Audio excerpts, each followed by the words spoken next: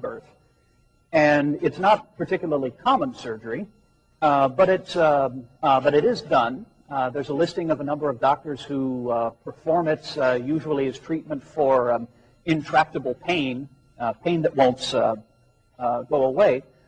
So now that you have this offer that you'll pay to have someone's coccyx removed, do you mind if I give your name and number to... All right, ask...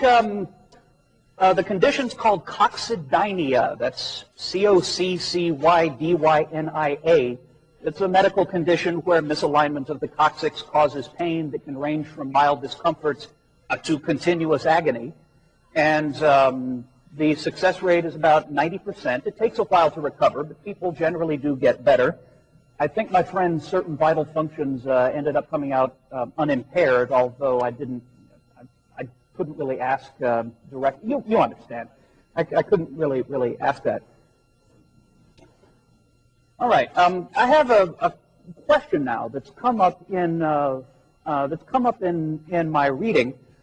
All too often, we see illustrations of the evolutionary process as being something like this. You have over on the left, you have Bonzo the chimp, and Oog the ape man is over near there, and then you have Neanderthal and Cro-Magnon and some naked guy over on the right. And this picture of how evolution in general and human evolution progresses has been attacked very stridently by authors like Jonathan Wells, as well as other creationist authors going back to probably going back to George McCready Price in the 1920s. Well, I promise never to teach that human evolution happened this way. And when you get into the, when you read, as I have read, I have gone over to Central Baptist College Library and done some reading of the other side's position on human evolution.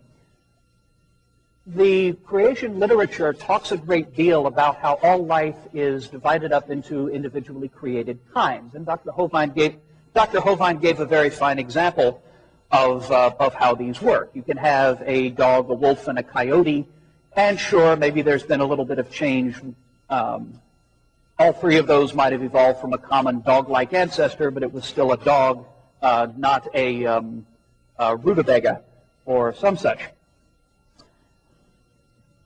And while you'll find, if you read the creation literature, that there's some debate as to exactly how you should define what a kind is, in most cases it's quite obvious. On the left you have the skull of a chimp. On the right you have the skull of a human, and these clearly belong to different created kinds. In fact, in case any of the skeptics in here doubt my word, I brought a replica. This is not an actual skull. Actually, it is. This is all that's left of the last person I caught cheating on one of my exams. Right here. And this guy might have played defensive backfield for a football team once. Actually, no, I take that back. This is a chimpanzee skull, replica. Again, we don't have actual bone. And it's quite obvious that they're quite different. And you know, there cannot be any missing links between them if the creationist view of human origins is true. And there have been a number of fossils that have been found that have turned up in various parts in the world: Java Man, Lucy, Cro-Magnon, things like that. And if creation science is correct, and this is what puzzles me a little bit, there cannot be missing links between ape kind and mankind. Everything that we find must be either an ape or a human, and this has been the position of many of the authorities I've read, of people like Marvin Lubenow, whose book is available for purchase on Dr. Hovind's website, or Jack Cuozzo, author of a very fine book that's also available for purchase. But when I started looking into this, I started running into some difficulties.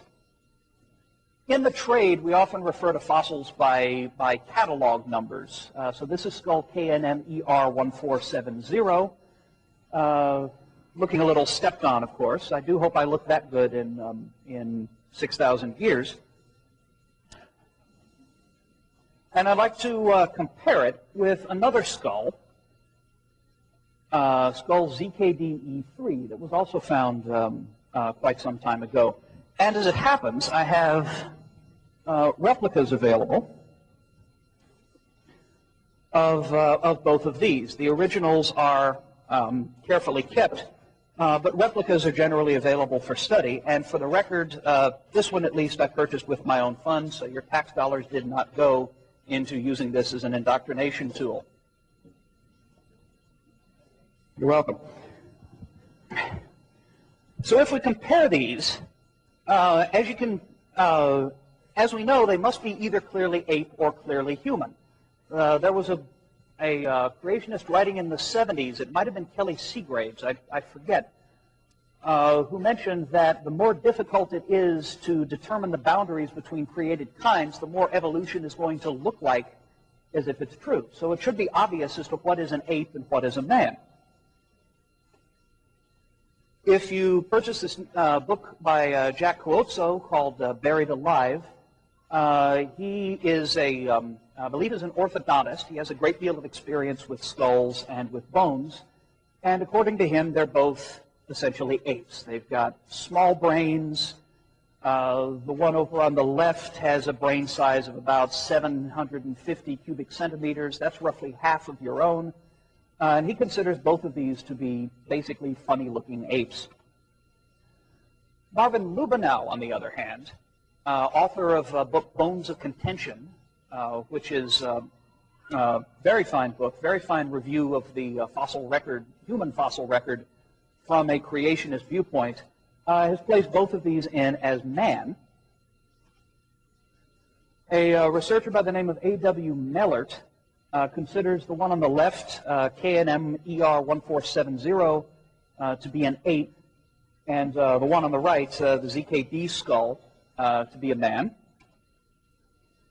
And an author I've become familiar with on the net by the name of David Menton considers the one on the left to be male, a man, and the one on the right to be an ape. So I'm getting confused by this because I've read 4 well-accredited creationist authors, 4 opinions that they have, and I get all 4 possible combinations of which one is an ape and which one is a man. If you read an essay by David Menton, a PhD scientist in Kansas City, Missouri, called The Scientific Evidence for the Origin of Man, very short essay, it says, there were only small eyebrow ridges, no crest, and a domed skull typical of a human. This is the one he's talking about. Indeed, it appeared to be a human skull. Walter Brown, on the other hand, whose book, In the Beginning, is available for sale over there, on page 12, states that this animal clearly had ape-like proportions and should never have been classified as man-like. So on Dr. Hovind's website, he sells Martin Lubenau's book, who states that both skulls are human, and Jack Cuozzo's book, who says both are apes. Now, I certainly believe in not exposing people to fraudulent information, but the problem is either that one's incorrect, or that one's incorrect, or both of them are incorrect. At least one of these must contain false information and therefore should not be placed into school libraries or used as discussion material in accordance with this law in Arkansas that they're trying to get passed. So what I'd like to know is what are the criteria by which you can decide whether one of these skulls belong to a member of the ape kind or a member of the mankind. And what I'll do is I'm going to unclip this for a moment. I'll move these over here to your table because I'd like, Dr. Hovind, if at all possible, that you show me exactly what features there are that enable us to say that such and such a fossil is an ape or that such and such is a man, because I've been getting different answers from different respected and credentialed writers in the scientific creation field. I would very much like to know what I should be teaching to my students when they ask about this. They're a pretty smart crew. They've heard of these skulls before. So I thank you very much. In just a minute, I'll bring these over to your table. All right? The Bible says we are made in